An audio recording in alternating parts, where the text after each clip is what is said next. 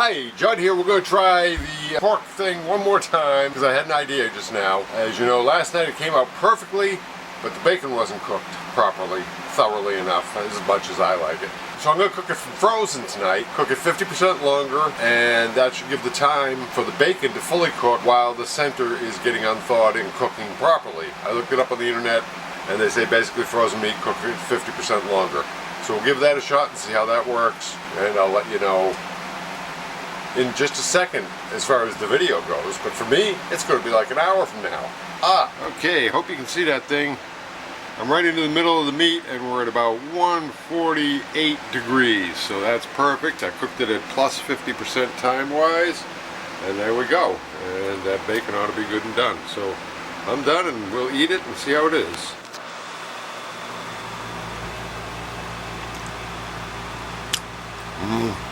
Yummy. We're good. Oh, very good. Very good. That's very good. Cooked from frozen, 50% longer. Gave the bacon time to cook. Bacon still looks like it could use more cooking.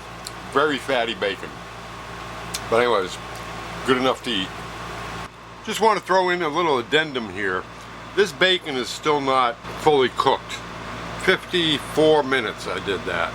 Also, I don't think the bacon is even needed. I mean, the pork is damn good all on its own. So I think next time I'll just get a pork tenderloin and the heck with this bacon thing. Like I said in the beginning, I thought this was a bacon wrapped steak. Anyway, I mean, it's been interesting. I've learned how to cook pork, and I've learned that I like pork, and I can do without the bacon. The bacon really isn't adding anything.